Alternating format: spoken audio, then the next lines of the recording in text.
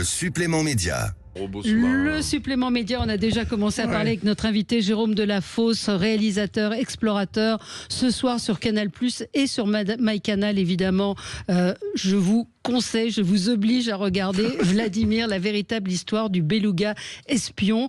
Bonjour Jérôme Delafosse, merci d'être avec nous. Je vous le disais, j'ai été scotché par les images. A priori, moi je regarde les docs comme ça, c'est hypnotique, c'est-à-dire que racontez-nous l'histoire de ce beluga qui s'appelle Vladimir. Valdimir.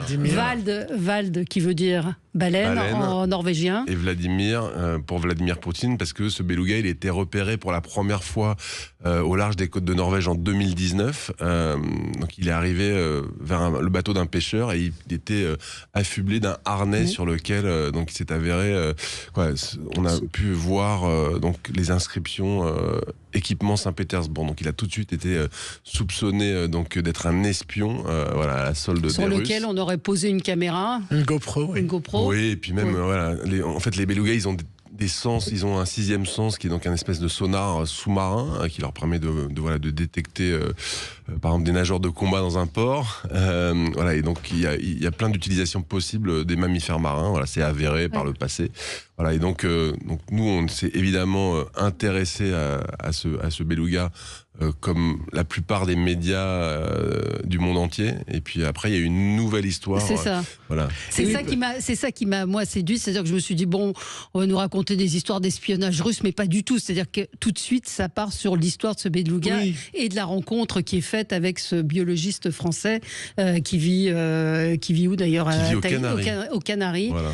Et là on plonge dans cette rencontre incroyable qu'il fait avec ce beluga. Parce que pour rebondir sur ce que dit Valérie, le fait d'avoir été capturé par les Russes assez jeunes apparemment et séparés parce qu'ils vivent longtemps avec leur mère et ils ont une vraie vie familiale, a rendu ce beluga très proche des hommes et c'est à partir de là que l'histoire démarre.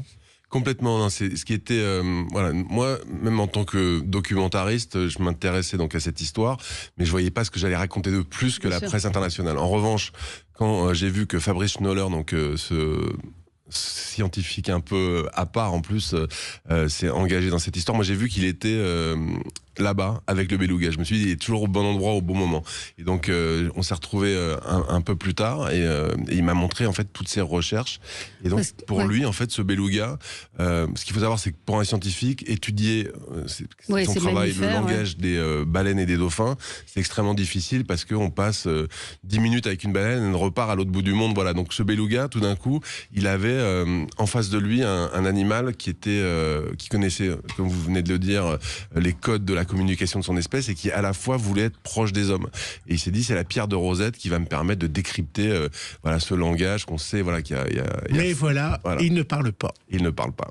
Alors que les belugas parlent très facilement. Voilà, c'est vraiment les canaris des mers et celui-là, il est muet. Alors pourquoi on ne sait pas, il y a plein de théories. Il faut regarder le doc.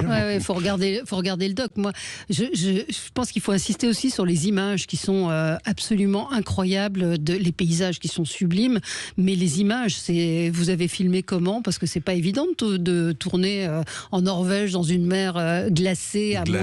On a tourné en plein hiver, donc on a fait une partie des images dans l'eau, mais au bout de 3 heures dans l'eau, vous êtes gelé, vous sortez.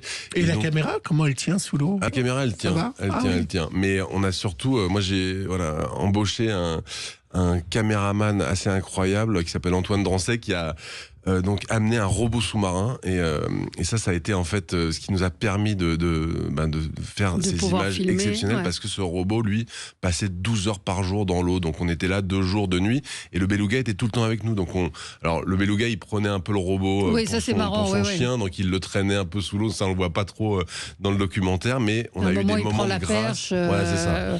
Et on a eu c'est ça parce qu'il volait nos caméras, nos GoPro pour se filmer en selfie, et on a pu faire grâce à ce robot des images de jour et de nuit absolument spectaculaires. Mais ce qui est incroyable effectivement aussi, c'est ce biologiste Fabrice Schnoller, il va sur place, mais la probabilité pour que le beluga vienne, ça peut être il peut venir ou pas, quoi. Il a eu quand même un bol incroyable aussi de tomber sur lui, les 2 fois d'ailleurs. Un bol, il passe des fois 3 heures, 6 heures en voiture. Il monte à la fin, on voit, il monte une tente pour camper, pour que le beluga vienne à lui. Enfin, il va le chercher. Ouais, mais ce qui était très étonnant, c'est qu'à chaque fois, le beluga apparaissait devant lui. C'est-à-dire qu'au début de l'histoire, le beluga, il est à 300 km. Et là, tout d'un coup, ils sont en bateau et le beluga apparaît à côté de son bateau. Parce qu'ils ont créé une relation, en fait. Mais même pas, parce qu'à l'époque, ils ne se connaissaient pas. Le beluga, il est sorti vraiment à l'endroit où ils étaient. Et même, ça arrivait plusieurs fois. Il y a même une fois, qui n'est pas raconté dans le film, où il cherchait, il le trouvait pas. Il est rentré dans une pizzeria, il a pris une pizza. Et après, il est parti, et tout d'un coup, le mec de la pizza l'a appelé pour lui dire, mais en fait, il était devant la pizzeria, quoi. mais alors, ce que j'ai pas compris, puisqu'il est scientifique, pourquoi il lui a pas mis un sonar pour pouvoir le suivre et l'autre, c'est quelque chose que j'ai pas compris dans votre documentaire, parce que alors, on le voit vraiment faire des kilomètres et consacrer presque sa vie à ce beluga où il a une histoire d'amour. Et aujourd'hui, on peut mettre n'importe quoi pour suivre en GPS. Ça blesse un peu l'animal. C'est vraiment, s'il devait avoir une balise sur le dos, ça serait quand même un petit peu invasif, on va dire. Ah, il l'a pas fait pour ça ? Bien sûr, et surtout qu'en fait, ce beluga, comme on le trouve, c'est grâce aux réseaux sociaux. C'est devenu une telle star. D'où le titre de votre doc, qui est hashtag Valdimir. Et c'est vrai que c'était assez étonnant parce que ce beluga, il a fait des centaines de millions de vues sur les réseaux sociaux parce qu'il allait chercher les téléphones portables. Oui, on voit cette scène incroyable. Ce qui est incroyable. Et donc nous, quand on cherchait le beluga pour le filmer, donc on tapait hashtag Valdimir sur les réseaux sociaux et tout d'un coup, on voyait que quelqu'un l'avait photographié dans tel port et hop, on partait dans ce port là. Alors, souvent, il était reparti, mais on arrivait à le localiser de manière assez précise. Il était très loin de chez lui. Ah oui, il était très loin de chez lui, parce que c'est un beluga qui est sans doute né en Sibérie orientale, c'est ça, qui a ensuite été ramené dans les zones norvégiennes. Dans le port de Mourmansk en Russie. En fait, ce qui est assez drôle, c'est que si vous allez sur Google Maps, par exemple, vous regardez aujourd'hui l'image satellite dans la rivière Kola, on voit très clairement la base des belugas, avec les belugas dans des cages qui sont accolés à une base navale russe. Donc c'était là. Donc il est parti complètement dans l'ouest de la Russie et ensuite il a passé la frontière. On ne sait pas trop. On ne sait pas très bien ce qui s'est passé en fait sur l'histoire. Il y a quand même une forte probabilité. Mais il a pu être apprivoisé, c'est-à-dire comment on explique le comportement qu'il avait justement. Il a été dressé. C'est ça. Il répondait très clairement aux signes en fait que font les dresseurs de mammifères marins. Oui, pourquoi il n'a pas de sifflet comme on voit dans certains parcs? Non, mais c'est vrai. Parce que Fabrice justement se refuse à tout. Ah oui, c'est ce que je me suis dit. Non, mais c'est le beluga. En fait, ce beluga, on n'a jamais cherché à le forcer. C'est-à-dire qu'on allait le voir, on se mettait en bateau à côté de lui, on attendait. Parfois on attendait, parfois il dormait, donc on le voyait à la surface de l'eau, il bougeait pas. Et puis tout d'un coup il se réveillait, il venait nous voir.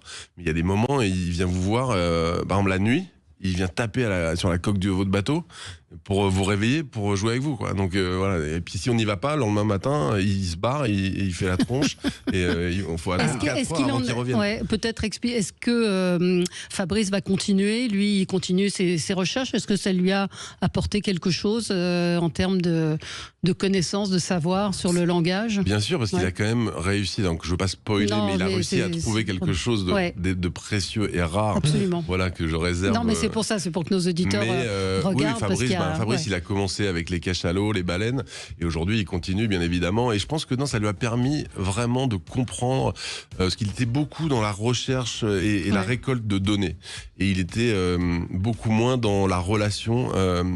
Et ce qu'il a compris, je pense, à travers Valdimir, c'est que ce beluga, il a la capacité à vous faire comprendre en fait qu'il faut aussi être dans le partage et que le meilleur moyen d'étudier les baleines, c'est de collaborer avec elles. Il faut qu'elles soient volontaires pour ça. Et on a appris que Valdimir était mort. Il y a une polémique actuellement. On ne sait pas. Non, il n'y a plus.